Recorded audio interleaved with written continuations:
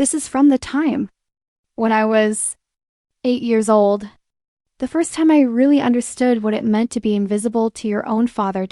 It was the annual father-daughter dance at my school. For weeks, I'd been talking about it nonstop.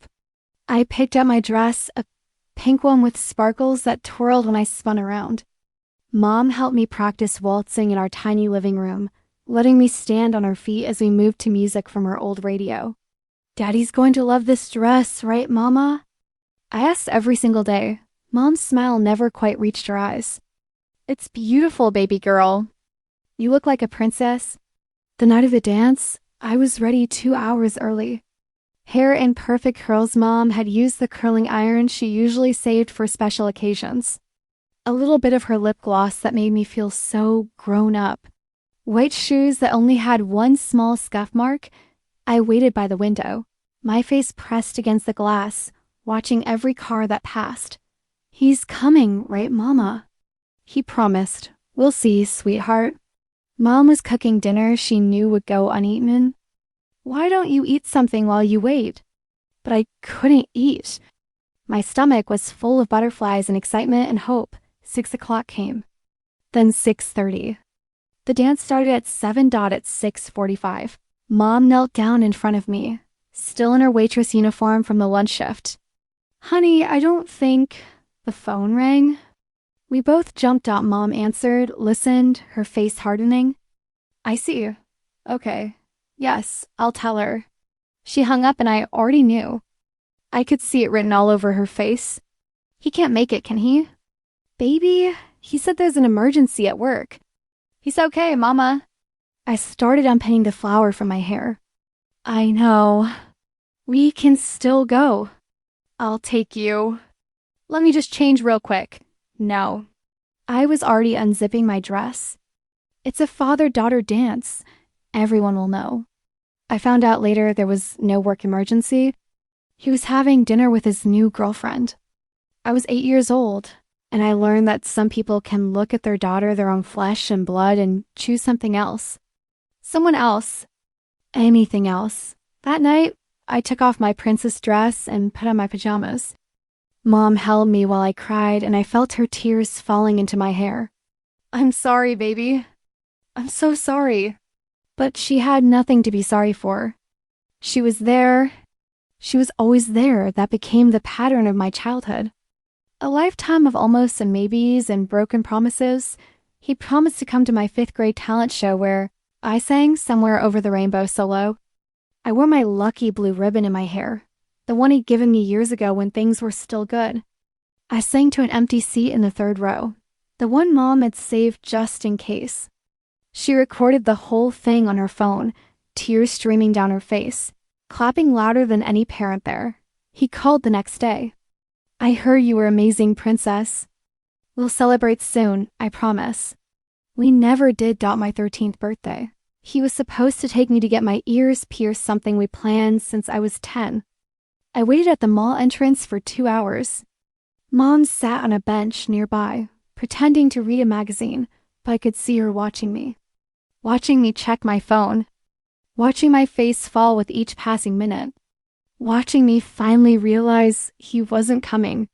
"Come on, baby," she finally said, standing up. "Let's go get your ears pierced. You and me." "It's stupid anyway," I muttered, angry tears burning my eyes. "It's not stupid. You've wanted this for years. He doesn't get to take that away from you." So Mom held my hand while they pierced my ears. She bought me the earrings he was supposed to buy, little silver stars. She took me for ice cream after.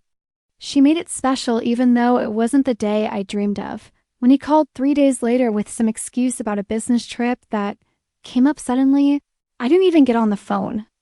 What was the point? By the time I was 14, I'd stopped expecting him to show up to anything. I stopped mentioning him to my friends. When they talked about their dads, good or bad, I'd just stay quiet.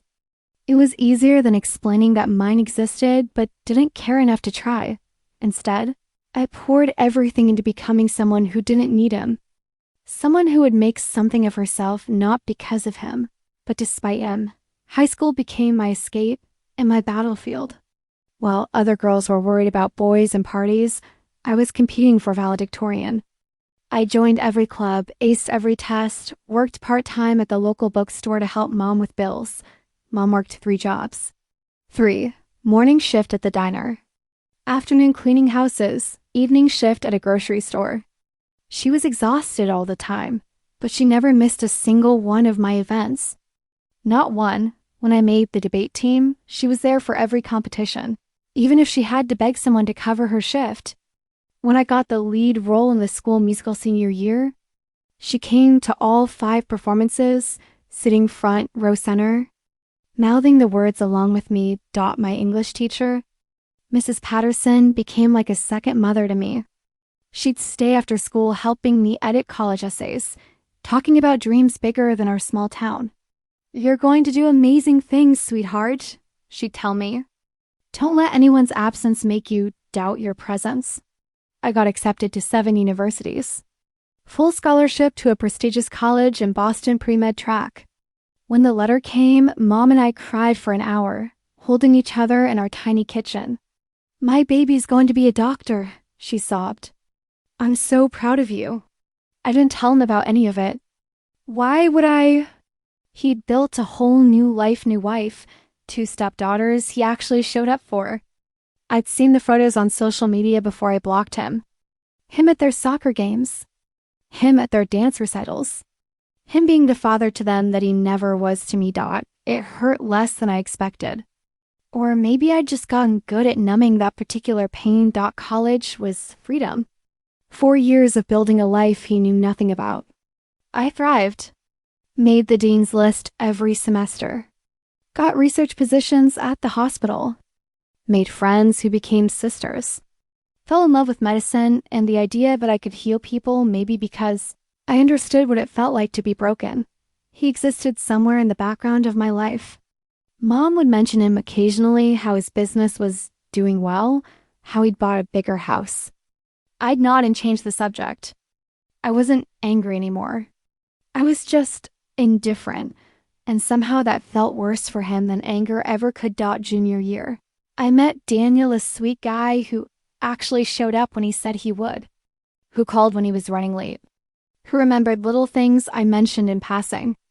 Basic things that felt revolutionary because I never had them from the man who was supposed to teach me what love looked like. "Your dad really did a number on you, huh?" Daniel said once after I'd freaked out because he was 20 minutes late due to traffic. "That obvious?" "Only because I'm paying attention." He kissed my forehead. "I'm not him. I'm here. I'm staying." He kept that promise for 2 years until we naturally grew apart, but parting as friends. Even my breakups were healthier than my relationship with my father. Senior year arrived in a blur. I got accepted to Johns Hopkins for medical school, one of the best programs in the country.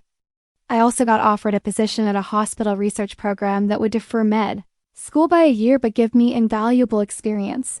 Mom was flying in for graduation. She'd saved for months to afford the plane ticket. My best friend, Sarah, was coming. Mrs. Patterson sent a card saying she was proud. My people were showing up. "Did you invite your dad?" Sarah asked while we were decorating our caps.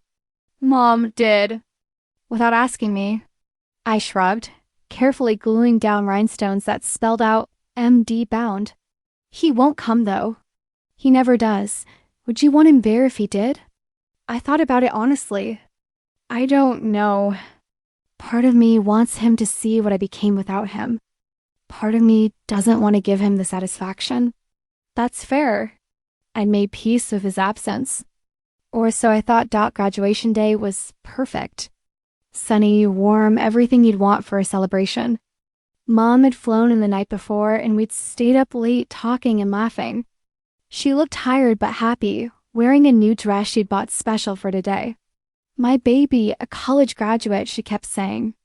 "Soon to be doctor." The ceremony was beautiful. Thousands of graduates in cap and gown, families filling the stadium, the air buzzing with excitement and possibilities. I sat with my row, half listening to speeches, mostly just excited to walk across that stage and grab my degree proof that I'd made it. They started calling names. Alphabetically. My heart pounded as we got closer to the S's. Jessica Martinez, Emily Roberts, Sophia Stevens. That's me. I stood up, smoothing down my gown, and walked toward the stage on shaky legs. This was it. 4 years of sacrifice, of late-night studying, of proving I could do it without him. I shook the dean's hand, accepted my diploma, and turned to face the crowd. My eyes immediately found Mom in Section B, Row 5. She was on her feet, crying happy tears, holding a sign that said, "That's my girl. Future Dr. Stevens." And then I saw him, standing right beside her in a suit I didn't recognize, clapping like he'd earned the right to be proud my father. The world tilted. Everything went sharp and surreal at once. After all these years, after everything, he was here. I somehow made it off the stage without falling. The rest of the ceremony passed in a fog. I couldn't process it, couldn't understand why now. Why, after 16 years of absence, did he choose today? When they finally released us, I moved through the crowd of celebrating graduates like I was underwater. Everyone was hugging, crying, taking photos. I could see Mom trying to reach me, her face a mixture of joy and worry. And behind her, him, he reached me first. "Sophia, sweetheart, congratulations." He pulled me into a hug I didn't return. His cologne was expensive, unfamiliar. Everything about him was unfamiliar. He was a stranger wearing my father's face. "Look at you, a college graduate. I'm so proud of you, Princess." Princess, he used to call me that. Back when I believed he'd protect me from dragons instead of being the thing I needed protection from. Mom reached us, her eyes searching mine. "He called last week," she said quietly. "Wanted to surprise you? I didn't know if I should tell you. Of course I came." He laughed, loud and performative. "I wouldn't miss my daughter's graduation. This is huge. My daughter. Like he'd been there for any of it. We should take pictures." He was already pulling out his phone. "Come here, Sophia. Let me get one with my graduate." My graduate. My daughter. My words he had no right to use. I looked at Mom, really looked at her. She was exhausted from the flight, yes, but also from years of being both parents. From working herself to the bone so I could have this moment. From loving me enough to fill all the space he'd left empty. And suddenly, I was 8 years old again in a pink sparkly dress, waiting by a window for someone who never showed up. Actually, I heard myself say, voice steadier than I felt, "I need to talk to Dad, alone." His face lit up. Sure, father-daughter moment. "Linda, give us a minute." Mom hesitated, reading something in my expression, but I nodded. She squeezed my hand, a silent offer of support, and stepped away. Dad smiled at me, expecting what? Tears of gratitude? Forgiveness? "It's so good to see you, sweetheart. You look beautiful. College really agrees with you. Did you know I started my voice calm? That I won the department award for best research thesis on pediatric oncology? That's my girl." He beamed. "Smart like your old man. Did you know I spent sophomore year volunteering at a children's hospital every weekend? That I held the hand of a 6-year-old girl while she died because her parents couldn't get there in time?" His smile faltered. "Did you know I had surgery last year? Ovarian cyst, emergency room at 3 a.m. Mom flew out immediately even though she couldn't afford it. I needed a parent consent form for the procedure. Know who I called?" Silence. Mrs. Patterson, my high school English teacher. Because even though I was 21, I needed someone who felt like family. "And you weren't it. Sophia, I know I wasn't perfect." "Perfect?" I laughed, and it came out sharp. "I would have settled for present, Dad. I would have settled for one dance. One birthday. One phone call that you made instead of the ones Neil tripped you into. Life got complicated after the divorce. I was 6 when you left. 6 years old. I didn't complicate your life. I was your daughter. Or I was supposed to be. People were starting to notice. Other families glancing over, sensing the tension. "I'm here now," he said, defensive. "I came all this way." "No, no, no." I shook my head. "You came all this way because it's easy now. Because showing up to graduation takes 4 hours. Being a father takes 22 years. You missed most of those years. You don't get to just appear now and claim the proud parent moment. That's not fair." "Fair?" My voice rose slightly before I controlled it. "You want to talk about fair? It wasn't fair that Mom worked 3 jobs while you lived in your nice house with your new family. It wasn't fair that I watched you show up for your stepdaughters' soccer games while you missed every single one of my debate competitions. It wasn't fair that I had to learn what a good man looked like from fictional characters and teachers because you couldn't be bothered." I reached into my gown and pulled out an envelope. I'd been carrying it for weeks, not sure why. Maybe for this exact moment. This is my acceptance letter to Johns Hopkins Medical School, one of the best programs in the country. I deferred for a year to do cancer research at Mass General Hospital. Do you know what either of those things mean? He stared at the letter like it might burn him. "It means I made it, Dad. I became everything I wanted to be. And I did it without you.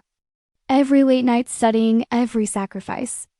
Every moment I chose work over fun because I had something to prove none of that included you. Sophia?" Please, Mom was there. Mrs. Patterson was there. My roommate Sarah was there. Even Daniel, my ex-boyfriend, showed more interest in my life in 2 years than he did in 22. So here's my surprise for you. I took a breath. I'm moving to Boston in 2 months. I'm starting my career. And you're not going to be part of it. You don't mean that. I do. When I get married someday, you won't walk me down the aisle because you weren't there for any of the steps that led me there. When I have children or grandchildren, they won't know you because I'm not going to let them feel the way you made me feel. When I become a doctor and save lives, you'll read about it on Facebook maybe, but you won't be there to celebrate." His face had gone pale. "I'm your father." "No," I corrected quietly, and I never meant anything more. "You're the man who contributed DNA. Fathers show up. Fathers try. Even when they mess up, they try. You didn't even do that. You just disappeared. And you know what the saddest part is?" He didn't answer. "I don't even hate you. I just don't feel anything anymore. And that's worse, isn't it? You're not my villain. You're not some big monster I have to overcome. You're just irrelevant. You're just the man who could have been my dad but chose not to be." Tears were running down his face now. "I made mistakes. I know I did. But I came today. That has to count for something. It counts for one day. One single day out of 8,000. Do the math, Dad. That's not even a rounding error. I saw Mom approaching, sensed she was ready to intervene if needed. This isn't revenge," I said, softer now. "I'm not trying to hurt you. I'm just protecting that little girl in the pink sparkly dress who waited by the window. I'm protecting the teenager who used to check her phone hoping you'd remember her birthday. I'm protecting the woman I became in spite of you, not because of you. And she deserves better than empty promises from someone who's had 22 years to keep them." "But I love you," he said, and he actually sounded like he believed it. "Maybe you do. In whatever way you're capable of. But love isn't just a feeling, Dad. It's actions. It's showing up. It's consistency. And by those measures, no, you don't love me. You love the idea of me. You love being able to say, 'My daughter, the doctor.' You don't actually love me because you don't even know me." I turned to go, then stopped. "Oh, and Dad?" "Don't call. Don't write. Don't show up at my hospital in 5 years, thinking time will have changed things. I'm done waiting for you to become someone you're never going to be. I'm giving you what you gave me, absence. The difference is I'm being honest about it." I walked away. Didn't look back. Mom caught up to me, wrapping her arms around me as I finally let myself cry. "I'm sorry, baby," she whispered. I thought maybe It's okay, Mama. It needed to happen. I needed to say it. Are you okay? I pulled back and realized I was. Yeah, I really am. For the first time in my life, I really am. We spent the rest of the day celebrating with the people who mattered. Sarah and her family took us to dinner. We laughed and made toasts and took 100 photos. I didn't think about empty chairs or broken promises. I thought about the people who showed up not just today, but every day. 4 months later, I'm in Boston. My apartment is small, but mine. I'm working at Mass General, doing research that might actually help save kids' lives. Mom visits next month. Sarah's coming for Thanksgiving. Last week, a letter came. His handwriting on the envelope. I held it for a long time, then put it in a drawer unopened. Maybe someday I'll read it. Maybe I won't. I used to think I needed his approval to feel whole. That some part of me would always be that little girl waiting by the window. But I've learned something important. You don't heal from abandonment by getting the person back. You heal by realizing you never needed them the way you thought you did. I'm building a good life. A full life.